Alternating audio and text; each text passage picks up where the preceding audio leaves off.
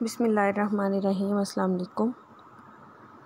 Welcome to the online class of physics second year. तो second year हम लोगों ने जो है लास्ट लेक्चर में कैथोड रे ऑसिलोस्कोप को स्टडी किया था। उसका टॉपिक जो है वो हमने कवर किया था। तो उसमें हमने जिन चीज़ों को डिस्कस किया था उसमें सबसे पहले हमने ये देखा कि कैथोड रे ऑसिलोस्कोप को हम कैथोड रे ऑसिलोस्कोप क्यों कहते हैं क्योंकि हम इसके अंदर इलेक्ट्रॉन का बीम यूज़ करते हैं, इसलिए जो है हम इसको कैथोड रे ऑसिलोस्कोप कहते हैं। बिकॉज़ इलेक्ट्रॉन्स को जो है इनिशियली कैथोड रेज़ कहा जाता था। ठीक है। फर्दर हमने ये देखा था कि जो कैथोड रे ऑसिलोस्कोप है इसको हम किस पर्पज़ के लिए यूज़ करते हैं। तो ये बेसिकली जो है ये एक ग्राफ प्लॉटिंग डिवाइस है, एक high speed graph plotting device है। यानी ये जो है ऐसी क्वांटिटीज़ का ग्राफ प्लॉट करती है जिनका ग्राफ प्लॉट करना आम तरीके से जो है मुमकिन नहीं होता, जैसे जो क्वांटिटीज़ बहुत स्पीडली वेरी करती हैं। फर्दर जो है हम लोगों ने देखा था कि इसकी कंस्ट्रक्शन क्या है और ये किस तरह से वर्किंग करती है। तो कंस्ट्रक्शन में हमने ये देखा था कि जो हमारी कैथोड रे ऑसिलोस्कोप है वो मेनली 3 पार्ट्स पर मुश्तमिल है। एक है इलेक्ट्रॉन गन, दूसरी है इसकी जो डिफ्लेक्शन प्लेट्स हैं, और तीसरी जो है वो इसकी स्क्रीन है जो कि हमें दिखाती है जो भी हमारा ग्राफ होता है।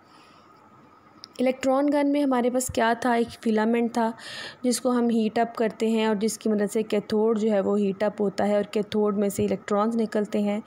और उसके आगे जो है ग्रिड होता है। ग्रिड क्या करता है, नंबर ऑफ़ इलेक्ट्रॉन्स को कंट्रोल करता है।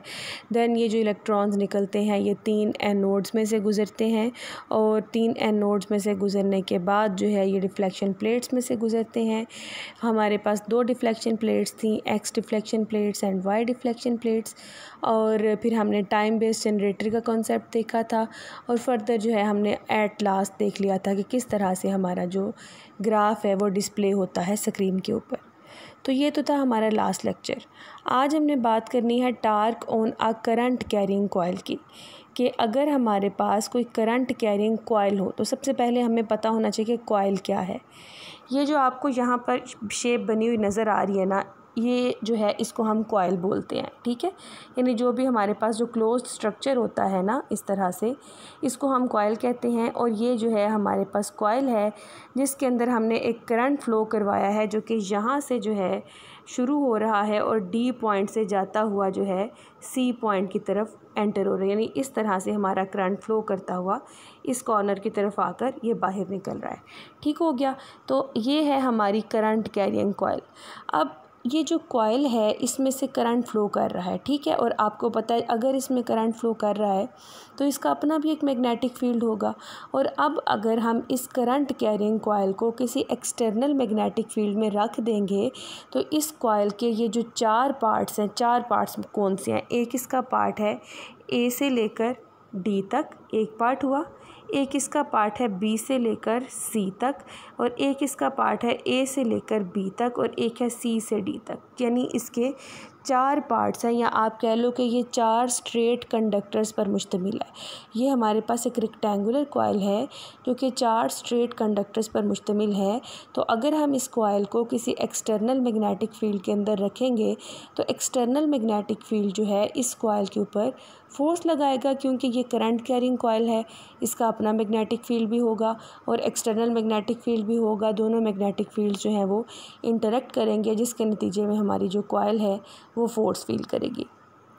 अब वो फोर्स कुछ इस तरह से होगी कि ये जो साइड्स ए बी हैं, ये जो साइड्स ए बी और सी डी साइड्स हैं, इनके ऊपर फोर्स ऐसी होगी कि जो है जिसकी डायरेक्शन इस तरह से होगी कि फ़ोर्स 0 आएगी। ठीक है। लेकिन हमारी जो साइड ए डी और बी सी हैं इन पर फोर्स इस तरह से होगी कि हमारी ये जो कॉइल है ये रोटेट करना शुरू कर देगी। तो देख लेते हैं इस टॉपिक को।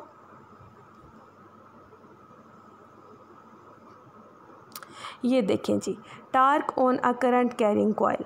तो ये हमारे पास एक करंट कैरिंग कॉइल बनी हुई नज़र आ रही है आप लोगों को। ठीक हो गया। इस कॉइल में जो है हमारे पास एक करंट फ़्लो कर रहा है और हमने इस कॉइल को एक्सटर्नल मैग्नेटिक फील्ड में रख दिया।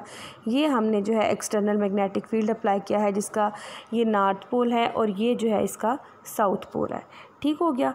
अब देखें जी, हमारे पास हमने कहा कि ये 4 कंडक्टर्स हैं हमने कंडक्टर्स के नाम क्या रखे हैं, AD, DC, BC and AB। ये जो यानी हमारी जो कॉयल है उसकी जो चारों ओरिएंटेशंस हैं उनको मैंने इस तरह से मेंशन कर दिया। अब ये जो हमारी कॉयल है इसके अंदर जो हमारी फोर्सेस लग रही हैं उन फोर्सेस को हम क्या देते हैं, F1, F2, F3 और F4। जो हमारी AD साइड है उस पर जो फोर्स लग रही है उसको हम क्या देंगे, F1। जो हमारी BC साइड है उसको हम कह देंगे, उसके ऊपर लगने वाली फ़ोर्स को हम कह देंगे वो F2 है। उसके बाद जो हमारी AB साइड है उस पर लगने वाली फ़ोर्स को हम कह देंगे F3 है। और जो CD साइड है उस पर लगने वाली फ़ोर्स को हम कह देंगे वो F4 है। अब देख लेते हैं कि कौन सी फोर्सेस जो हैं वो हमें कुछ रिज़ल्ट दे रही हैं, रिज़ल्टेंट इफ़ेक्ट दे रही हैं, और कौन सी फोर्सेस जो हैं वो हमें रिज़ल्टेंट इफ़ेक्ट नहीं दे रही। सबसे पहली बात ये कि जब हमारे पास फ़ोर्स होना करंट कैरिंग कंडक्टर का जब हमने टॉपिक पढ़ा था तो उसमें हमने देखा था कि जो करंट कैरिंग कंडक्टर के ऊपर फोर्स लगती है वो बराबर होती है BIL साइन थीटा के। और ये जो थीटा है ये एंगल होता है बिटवीन L एंड B, ठीक है। L और B के दरमियान ये जो है हमारा एंगल होता है। और अब हम देख लेते हैं कि हमारी कॉइल में L और B के दरमियान कौन कौन से एंगल्स हैं। तो ये देखिए हमारी जो कॉइल है इसमें ये जो हमारी डायरेक्शन है ना, यहाँ से लेकर यहाँ तक, D से लेकर A तक, इसको हम कंसीडर करेंगे ये लेंथ है, ठीक है, L है। और ये यहाँ से इस तरफ जो जा रही है ना ये हमारी मैग्नेटिक फील्ड की डायरेक्शन है। तो ये हुई मैग्नेटिक फील्ड की डायरेक्शन और ये हुई लेंथ की डायरेक्शन। इन दोनों के दरमियान एंगल देखिए कितना है, इन दोनों के दरमियान जो एंगल है वो 90 डिग्री है। सो हम कह देंगे कि जो हमारी F1 है वो 90 डिग्री BIL साइन 90 होगी, ठीक हो गया। इसी तरह से हम चलते हैं अब अपनी सेकंड साइड BC की तरफ। तो BC में भी देखिए ये लेंथ है इस तरह से और ये जो है हमारी मैग्नेटिक फील्ड की डायरेक्शन है। अगेन इन दोनों के दरमियान देखिए एंगल कितना हुआ, 90 हुआ। सो जो हमारी F2 है वो कितनी हो गई, BIL साइन 90, यानी L और B के दरमियान एंगल जो है वो 90 हो गया। अब थर्ड साइड पे देखें, ये जो AB साइड है, AB साइड में ये जो है हमारी L है और ये हमारी B है। तो L और B के दरमियान एंगल कितना हुआ, 180। जो हमारे अपोजिट वेक्टर्स हैं उनके दरमियान एंगल होता है 180। सो F3 हम कहेंगे BIL साइन 180 और जो साइन 180 है वो ज़ीरो होता है। सो F3 जो है वो बराबर आ जाएगी ज़ीरो के। इसी तरह से अब F4 को देखें, ये वाली जो साइड CD है इसमें जो हमारी फोर्स है उसको हम कहेंगे वो F4 है। तो यहाँ पर देखें CD साइड की ये डायरेक्शन है, यानी L की ये डायरेक्शन है और B की ये डायरेक्शन है और दोनों सेम डायरेक्शंस हुई। तो सेम डायरेक्शन का मतलब हुआ हमारा एंगल कितना है, ज़ीरो है। सेम जो वेक्टर्स होते हैं उनका एंगल ज़ीरो होता है, अपोजिट वेक्टर्स का जो एंगल है वो 180 होता है। सो यहाँ पर हमारे पास एंगल आ जाएगा BIL साइन ज़ीरो। तो ये हमारी जो F4 है ये भी ज़ीरो हो जाएगी, F3 भी ज़ीरो हो गई और F4 भी जो है ये ज़ीरो हो जाएगी। तो अब हमारे पास जो टोटल फोर्स है वो हमारे पास रह गई है F1 और F2। F1 और F2 जो है ये हमारे पास टोटल फोर्स है, ठीक है। तो हमारी F1 और F2 का अगर हम रिज़ल्ट देखें तो जो हमारी F1 है वो भी आएगी BIL साइन 90 साइन 91 हो जाएगा और F1 is equal to BIL हो जाएगा। इसी तरह से जो हमारा F2 है वो भी हमारा BIL हो जाएगा बिकॉज साइन 90 जो है 1 है। सो हम कह सकते हैं कि जो हमारी F1 और F2 है ये दोनों इक्वल हैं और ये दोनों किसके इक्वल हैं, ये दोनों BIL के इक्वल हैं, ठीक हो गया। अब ये जो दोनों फोर्सेस हैं ये मैग्नीट्यूड में इक्वल हैं। अब हम बात करेंगे इनकी डायरेक्शन की। तो आप ये देखें कि हमारी जो डायरेक्शन है ना, डायरेक्शन ऑफ फोर्स, वो डिपेंड करती है डायरेक्शन ऑफ करंट पे। तो अगर आप इन दोनों साइड्स के ऊपर गौर करें तो ये जो साइड DA है इसमें करंट है डाउनवर्ड डायरेक्शन में, ठीक है। और ये जो साइड BC है इसमें करंट है अपवर्ड डायरेक्शन में। इन दोनों साइड्स में चूँकि करंट की डायरेक्शन चेंज हो गई है, करंट की डायरेक्शन बदल गई है, रिवर्स हो गई है, तो इन दोनों साइड्स पर लगने वाली फोर्सेस भी एक दूसरे के अपोजिट डायरेक्शन में होंगी। बिकॉज इन दोनों साइड्स पर जो करंट की डायरेक्शन है वो एक दूसरे के अपोजिट है, सो जो फोर्सेस की डायरेक्शन है वो भी एक दूसरे के अपोजिट होंगी। तो ये जो हमारी साइड AD है या DA है, एक ही बात है, इस साइड में जो हमारी फोर्स लगती है वो out of the plane of paper होती है, यानी उसको शो करने के लिए हम यहाँ पर डॉट मेंशन करेंगे, ठीक है, वो out of the plane of paper है। और ये जो BC साइड है इस पर जो फोर्स लगती है ये इन टू द प्लेन है, और into the plane show करने के लिए हम यहाँ पर क्रॉस लगाते हैं। और ये जो फोर्सेस की डायरेक्शन है ये हमने किस तरह से फाइंड आउट की, इनको फाइंड आउट करने के लिए हमने IL क्रॉस B पे राइट हैंड रूल लगाया। L क्रॉस B का राइट हैंड रूल, जो हमारे पास क्रॉस प्रोडक्ट का राइट हैंड रूल होता है, उसको अप्लाई करके हमने इन दोनों साइड्स के ऊपर जो है वो फोर्सेस को देखा।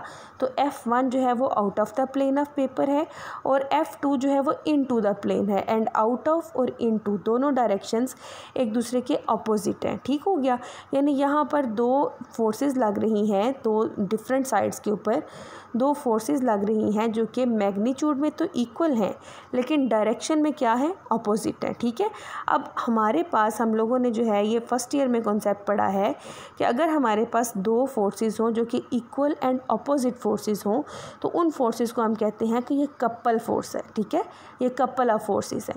तो यहाँ पर यानी कि हमारे पास दो फोर्सेस F1 और F2 आ गई हैं जो कि कपल बना रही हैं, तो हमें जो है इस कपल का टार्क फाइंड आउट करना है। तो torque of couple find out करने का हमारे पास फार्मूला होता है force multiplied by moment arm. ठीक है, अब फोर्स देखिए यहाँ पर हमारे पास दो फोर्सेस हैं, F1 भी है और F2 भी है। हम इनमें से कोई भी फोर्स को यहाँ पर इस फोर्स की जगह पर कंसीडर कर लेंगे, और मोमेंट आर्म क्या है, दोनों फोर्सेस का जो दरमियानी फासला है उसको हम मोमेंट आर्म कहते हैं। ठीक है, यानी दो पॉइंट्स, इन दो पॉइंट्स के ऊपर फोर्स लग रही होती है, उसका जो दरमियानी फासला है उसको हम मोमेंट आर्म कहते हैं। तो हमारी फोर्स लग रही है एक इस पॉइंट के ऊपर और दूसरी इस पॉइंट के ऊपर, और इसका ये जो दरमियानी फासला है इसको हमने नाम दिया है स्मॉल a का। ठीक है, तो मोमेंट आर्म की जगह पर हम लगा देंगे स्मॉल a और फोर्स की जगह पर हम फोर्स की वैल्यू कोई भी लगा देंगे। तो फोर्स जो हमने फाइंड आउट की थी वो थी BIL, तो हमने फोर्स की जगह पर लगा दिया BIL। ठीक हो गया। अब आप देखें हमारे पास जो है, हमारे पास ये जो लेंथ है, ये वाली ये लेंथ है A, और ये वाली जो लेंथ है जो कि लेंथ ऑफ कंडक्टर है इसको हमने L कंसीडर किया हुआ है। ठीक है, यानी जो वो वाली लेंथ है या वो वाली साइड्स हैं जिन साइड्स के ऊपर फोर्स लग रही है उन साइड्स की लेंथ को हमने L कह दिया, और ये जो दूसरी विड्थ वाली साइड है उसको हमने कह दिया है स्मॉल a है। ठीक है, जिसको हमने मोमेंट आर्म का नाम दिया है। तो अगर हम इस कॉइल का एरिया फाइंड आउट करना चाहें तो जो एरिया है वो बराबर होगा length multiplied by width. Length हमारी है L और विड्थ है हमारी स्मॉल a, तो LA को अगर हम मल्टीप्लाई करें तो हमारे पास इस कॉइल का एरिया आ जाएगा। अब यहाँ पर आप देखें हमारे पास LA मौजूद है। ठीक है, ये जो है इस वक्त फार्मूला है, इसमें हमारे पास LA जो है वो मौजूद है, ये LA है। तो ये जो LA है इसकी जगह पर हम लिख देंगे A यानी कि एरिया। तो हमारा ये जो टार्क का फार्मूला है ये क्या बन जाएगा, टा इज़ इक्वल टू BI, और L की जगह पर हमने क्या लगा दिया, A लगा दिया। तो टार्क का फार्मूला हमारे पास बन गया BIA। ठीक हो गया। अब ये जो हमारा फार्मूला है इसको हम अप्लाई करेंगे तब जब हमारी जो कॉइल है वो जो है एक्स एक्सिस के साथ, या आप कह लें कि मैग्नेटिक फील्ड के साथ ज़ीरो एंगल बना रही है। लेकिन अगर हमारी कॉइल जो है वो मैग्नेटिक फील्ड के साथ कुछ एंगल बना रही हो, जैसे कि ये वाली सिचुएशन देखें, इस सिचुएशन में हमारे पास ये जो कॉइल है इसकी ये वाली जो डायरेक्शन है जिसको हमने A कंसीडर किया हुआ था उसी डायरेक्शन की हम अगेन बात कर रहे हैं। ये इस वक्त जो है मैग्नेटिक फील्ड के साथ या एक्स एक्सिस के साथ या हॉरिजॉन्टल डायरेक्शन के साथ एंगल अल्फ़ा बना रही है। ठीक है, तो हमें जो है मोमेंट आर्म की बात करनी है जब हम टार्क को फाइंड आउट करते हैं। तो टार्क को फाइंड आउट करने के लिए हमें दोनों फोर्सेस का ये जो परपेंडिकुलर दरमियानी फासला है ये चाहिए होता है। तो अगर हमें ये वाला परपेंडिकुलर फासला फाइंड आउट करना है और हमारी जो कॉइल है वो इस वक्त इस लोकेशन पर है, यानी ये ए है, और ये हमारे पास कोई भी एंगल हो, सपोज़ ये एंगल अल्फ़ा है, तो ये वाली जो साइड है इसको हम कहेंगे ए कॉस अल्फ़ा, ये वाली जो साइड है इसको हम ए कॉस अल्फ़ा कहेंगे। तो अब हम जो मोमेंट आर्म यूज़ करेंगे वो ए नहीं होगा बल्कि वो ए कॉस अल्फ़ा होगा, क्योंकि इन दो पैरेलल फोर्सेस के दरमियान ये वाला जो डिस्टेंस है वो ए कॉस अल्फ़ा है। ठीक है, तो हमारा ये जो फार्मूला है जो कि पहले था बी आई एल, अब ये क्या हो जाएगा B I L cos alpha. ठीक है, B I L A cos alpha. Again हम जो है एल ए की जगह पर लगा देंगे कैपिटल ए एरिया, तो हमारे पास जो टार्क है वो बराबर आ जाएगा B I A cos alpha. ठीक है, तो ये था हमारे पास टार्क का फार्मूला या टर्निंग इफ़ेक्ट का फार्मूला किसी भी करंट कैरिंग कॉइल के ऊपर। तो ये जो फार्मूला है ना ये सिंगल टर्न है, सिंगल लूप है, लेकिन अगर हमारे पास कोई ऐसी कॉइल हो जिसके नंबर ऑफ़ लूप जो हैं वो पहले से या एक से ज़्यादा हों, तो ये जो फार्मूला है इसमें हम यहाँ पर बी आई ए के साथ जो है एन लगा देते हैं, तो ये हमारे पास एन आई बी ए कॉस अल्फ़ा जो है टार्क का फार्मूला बन जाता है।